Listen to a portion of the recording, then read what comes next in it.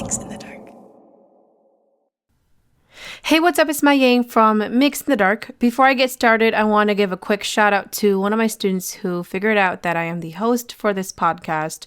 At school, I'm not afraid to tell students that I enjoy scary stories, I enjoy writing, and I enjoy scaring people. I know not all parents would be happy with me saying all of this, but because I encourage students to be who they are, I feel it's my duty to also show up for them and practice what I preach. And so I do tell them about these things. I tell them what I enjoy outside of school, even if it is a little different than your average teacher. So here's a shout out to Anna and Ajon, Power siblings, Mix in the Dark listeners, and students of mine. You keep being you. All right, let's talk about the story. It's shorter than most of my longer stories. I hope that made sense because I just realized that sounded really weird, but essentially, at first, I paired it with a haunted house set because it didn't really make the long story cut. But then I was like, you know what? I think it deserves its own episode. Mix in the Dark can be an outlet for people, and people send me all sorts of things. Sometimes it's scary, sometimes it's sad, sometimes it's a reflection of their life. This is one of those stories where I don't think he knew it, but he wrote himself a promise, and I'm releasing his story to show that there are people out there who will listen and have empathy for complete strangers. What's amazing about this community of Mix in the Dark listeners is that most of you are very compassionate and genuinely curious about the world where you wouldn't mind listening to other people's stories. So here we are. This story starts out kind of crazy, but eventually becomes a reflection of this individual's life. Please take a listen and enjoy the story.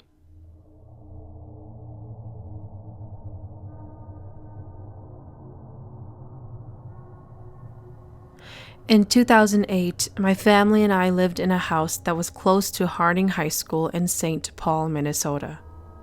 I was 16 at the time. My dad was an alcoholic.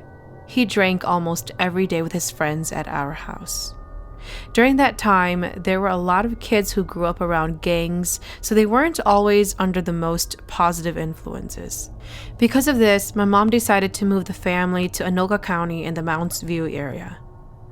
That didn't go too well either. My dad always wanted to go back to the cities to drink with his buddies, so he would have my mom drop him off in St. Paul all the time. After a year and a half or so, my mom started to experience some scary stuff. She tried telling my dad what she was experiencing, but my dad did not care much and just thought my mom was going crazy. He continued with his drinking habits and always stayed in the cities. We had one big room down the basement where my parents slept. My mom slept down there alone and experienced these things while my dad was out having fun. My mom would sometimes ask some of my siblings to go sleep down there with her. We all thought she probably ate too much and was just thinking too much. The old saying for Hmong folks is that if you eat too much before sleeping, you'll have nightmares. I'm not entirely sure if it's cultural or historical context. I noticed that these weird things only happened when my mom was alone sleeping downstairs by herself. After 2 months, my mom had enough of what was going on down there. My mom decided to sleep with my sister since my dad was not home that much anyway. My mom kept explaining what she saw down there, but no one seemed to budge at the idea that there were ghosts in the house. As I was growing up, I learned how to go out and hang with my friends. I also learned what I enjoyed doing and what I wanted for myself in the future. I was at the age where I wanted my own room and personal space. One day, I decided that I should take the room downstairs since my mom was no longer sleeping down there.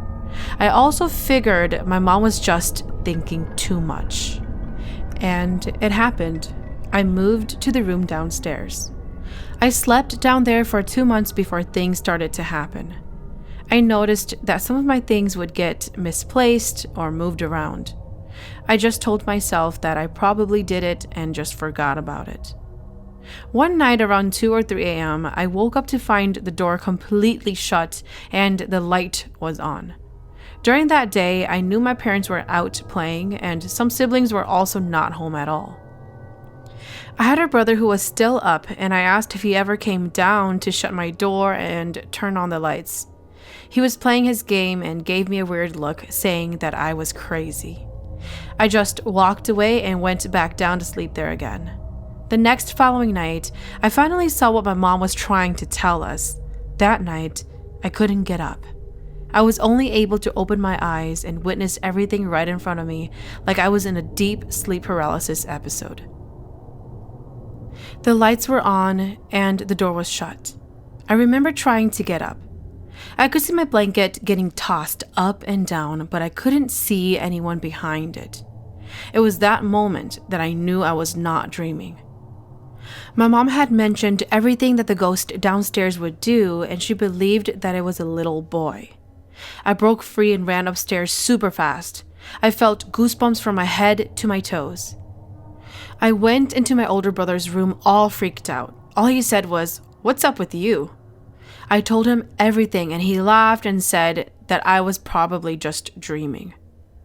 After that, I got out of his room. I got pissed and grabbed a Hmong knife. I opened the basement door and shouted, "I'm going to kill you if you don't leave me alone." After that, I went back into my brother's room and I told my brother I was going to sleep with him that night. It was only 5 minutes after when I tried to open my brother's door. It would not open. My brother also tried to open it but couldn't. My brother then asked me what I did or said downstairs at the basement a while ago. I told him what I said to the little boy. Again, we tried to open the door but had no luck. We decided that it was best to shout for my dad and mom. Both of my parents woke up and came to the door wondering what was going on and why we were making so much noise. My brother explained everything to them through the door. When my mom heard what we had to say, I could hear my mom whisper to my dad that whatever is down there is for real. She kept trying to tell my dad that it was not a dream and that it was a little boy doing all of these things. The four of us were speechless about what was happening. My mom kept rubbing it in our faces that she had always told us there was something down there, but no one believed her, and finally, it is happening to us, and now we could see it for ourselves. My dad couldn't open the door. He told me to apologize and cry out for the little boy to forgive me. I told my dad no and that I was not going to do it since the boy started it. I was acting like a child. My dad had no choice but to unscrew the doorknob to free us. Nowadays, I still think of this house and wonder if the people who are living there are experiencing the same thing my mom and I did. I checked not too long ago, and Hmong people are currently living in that house. I won't give out the house number, but just know that they are the only Hmong people who lives on that block. After what we experienced in this home, and also that our yearly lease was coming to an end, we decided to move out to Brooklyn Park. My mom passed away due to cancer a year later.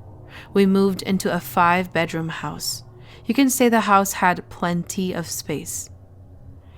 At age 19, after my mom passed, my life went down the drain. Losing a loved one is so hard, especially when you are the youngest son who has always looked up to your mom. Moms are always by your side, and they always lend you help every time you need it.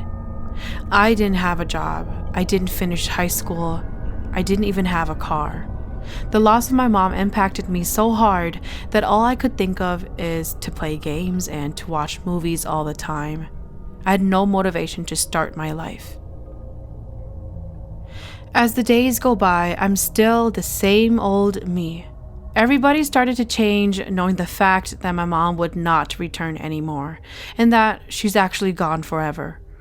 People started to treat me badly, as in family members, calling me a lowlife, bad names. Some even say that I'm a waste on this earth. Some tell me to go die because I was so useless.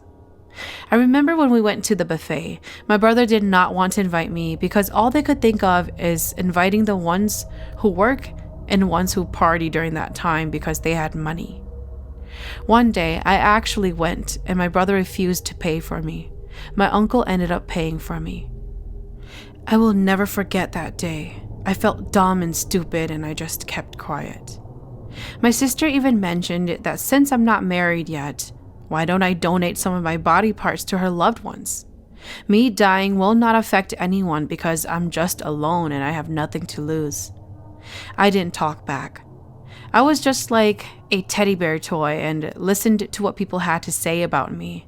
I will often babysit my family's kids Monday through Friday and just go back home on the weekends and repeat. I was an easy person to use. Anyway, at this new house, my siblings and I had our own rooms. And after losing my mom, the house got darker and seemed extra cold for whatever reason. The room that she slept in, we dare not move any of her stuff or change it. Every time you enter the room, you could feel goosebumps or chills would run down your spine. It was like that room was also dead. After her passing, most of the siblings started to experience and see things. We never mentioned it to each other, but we knew that we were all seeing things from time to time. I slept downstairs with my brother and sister. We all had our own bedroom on the lower level. During this time, most of the siblings were very hurt and in disbelief that my mom was gone. As the days go by, most of the siblings would often leave the house to go to St. Paul to clear their minds. Everybody had their own car during that time as well. I was too young to own a car. I would often stay home and touch my computer, watch movies, or play games. I would stay up all night and sleep during the day. Sometimes when I wake up, I would find that most of the time all the people who live in the house were gone. This happened for a good 2 months or so. It was one of those late afternoons where I woke up to an empty house. I decided to turn on my computer and play games. After a few hours, I went upstairs to grab some food and water to drink. Not gonna lie, but I felt kind of scared to be alone in the house. I quickly ate and went back downstairs. This was when I felt like someone was following me. I could feel my hair raise and goosebumps forming. A lot of Brooklyn Park and Brooklyn Center houses have this gap on the wall where you can place small items. My brother always placed his PS4 discs and gaming stuff in that gap. I came back to sit down at my computer desk, and I was about to start one of the games. All of a sudden, my brother's gaming stuff fell onto the ground. My room was just across from where his gaming stuff were. I ignored it and acted like I did not see it. A few days later, I heard some of my siblings talking about some black shadow that moved super quick from the hallway to the ceiling. My sister-in-law, who was the owner of the house, also mentioned that they used to see a white shiny ball sometimes roaming the living room at night. I never saw the white shiny ball, but I did happen to see the black shadow figure many times. They are quick and will mainly be on the walls or ceilings. My dad was too scared, so he never stayed home. He was always out in the cities. When we'd tell him these things, he would say nothing and never gave much thought to it. We all knew that he knew, but he just wanted to keep it quiet so that all of us would not freak out. After 3 or 4 years dealing with shadow figures, we all grew older and moved out one by one. Ever since then, we have not seen any black figures or white shiny balls. It could have probably just been the house or, who knows, other things. But by now you would expect one to change and grow and understand his life. I was a leader in computer gaming, so unfortunately I was still the same. One night, I stepped outside to take a cigarette break. I saw a shooting star. I've always heard people talk and make wishes, and sometimes the wishes would come true. I made a wish. That wish was to get married soon. I mentioned to my brother and uncle what I saw and what I wished for. They both laughed and said, "Are you kidding me?" They told me that I don't even have a car, I was jobless, and I didn't even have a high school diploma. They questioned how I was going to pay for the very expensive dowry for Hmong weddings. I told my brother and uncle that one day when I get married, I would be a changed person and that they would not see me that often anymore. They both laughed and said okay like I was a joke to them. I walked away. One of my cousins was outside smoking at the time. I spoke to him about it and he smiled and said, "If you think you are ready, then go for it. If you ever need help, I will be there for you." And that was the end of the conversation. I remember the day when my mom passed away and we did this family gathering. An elderly woman from my mom's side asked to see all the siblings. As we lined up and greeted her, she was crying and trying to figure out who was the youngest. I stepped aside and said that it was me. She then faced all of my other siblings and said our mom has passed away and for my siblings to love me how my mom did and always be there for me and guide me to the right path. You know all those shadow figures and things falling down at our house? The only thing that came to mind during that time was that it was probably my mom coming to check on me and still disappointed to see that I have not moved on with life. I do believe loved ones that really cared about you will make themselves known by touching things or knocking things down to let you know that they are there without actually hurting you. The elderly woman then said that I was too young to understand and may not know anything as of right now, but when I am fully mature, maybe I will be the one who will lead the family. My auntie's husband, who was a shaman, did some of his rituals and mentioned that if I ever tried hard one day, I'll bloom open like a rose. All these years, I have kept their words inside my heart, and I hope that it will come true one day. Thank you for listening to Mix in the Dark. I am your host, MaiYang. Mix in the Dark is available on Spotify, Apple Podcast, or wherever you listen to your favorite podcast series. If you have a story that you would like to share, please send it to myxinthedark@gmail.com. If there's a story that you really enjoyed, feel free to hit up my tip jar on Venmo. Just search Mix in the Dark on the business tab.